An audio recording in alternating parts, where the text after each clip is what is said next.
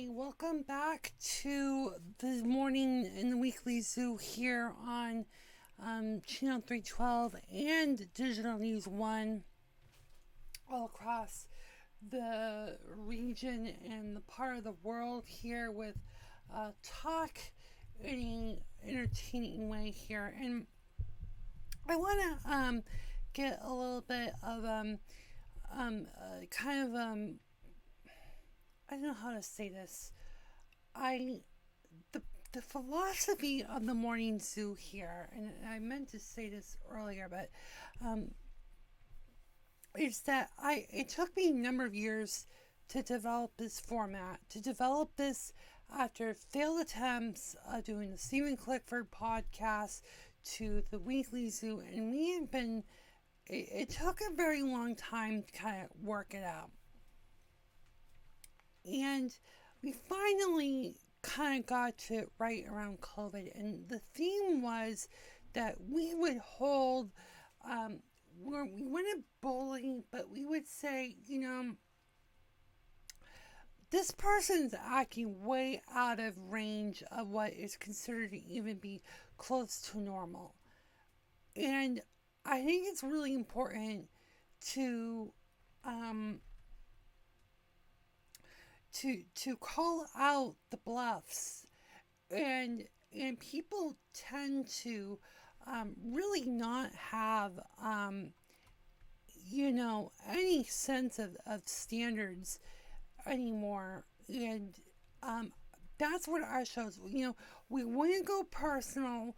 We wouldn't go, like RFK Jr. has a really scratchy voice, but I have a scratchy voice too. How's that going to get you places, right? So part of our show was to kind of like call out people's intellectual and illogical fallacies and say that this person isn't thinking on normal, rational grounds. Straw man arguments, crap like that. Most of it's on the right. Sometimes the left is at it too, or sometimes it's mostly the left, but the right are not angels. And the right wingers have really just maximized the grievance game. And even RFK Jr. is a whiny little diva. We try to go towards the red pill. We try to even throw the Canadian feminist that doesn't like men, Liz Plank, under, and throw her in the brimfire here. And it's like, we shouldn't single people out. We should not be singling people out. Again, you do not have the right to express freely in every venue. And, kind of like what I did with the Daily Weirdo with Candyland or she's not longer with the Daily Wire, but people like her, people like Ben Shapiro, they're extremely polished. It's very cinematographic, I guess. And you have all these multiple cameras. They're not using like a flash camera, just acting as a window, a glass while I'm talking, not to a camera with a lav mic, the clip-on mic, clothing mic. No, it's like they want to do what this hot mess between live streaming and video podcast. I wonder what Gloria Pertucci from formerly known as Callie Lewis would think with all this hot mess with everyone mixing mediums on social media and stuff like that. But of all this content creation.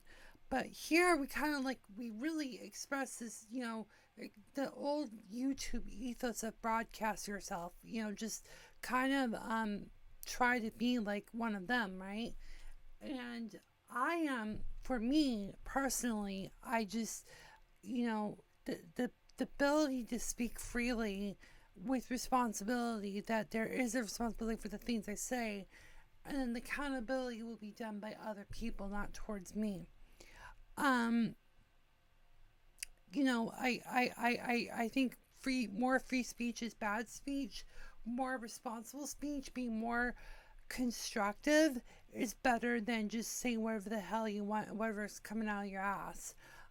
With like I'm just singling out Candace Owens because she's she feels like she can express. She's literally like a college student in her 30s, where she could just think she could just question anything and not believe in anything kind of attitude. I think it's a really bad thing.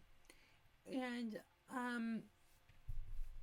like I said, it's this is, I call my work counter speech, where we're kind of like the white knights of empathy, and try to like tell people that this doesn't really get you places by calling people a-holes, but we'll just say, well, what you're saying is really antagonistic. You need to be a little bit nicer.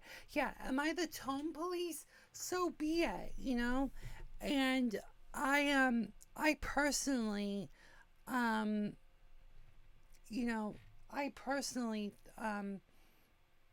you know, think that there's so many